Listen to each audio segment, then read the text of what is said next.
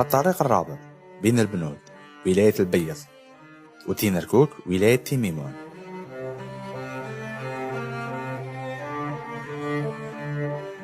اللي يعتبر من أصعب وأخطر الطرق بالجزائر لأنه يمتد لحوالي 400 كيلومتر وخالي من كل أشكال الحياة كمحطات البنزين ولا القرى الصغيرة.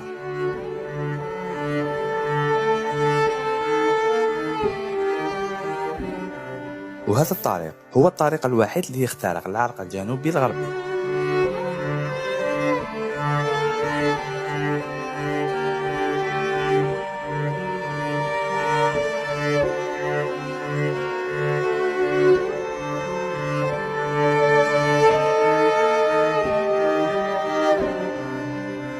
ولمسافة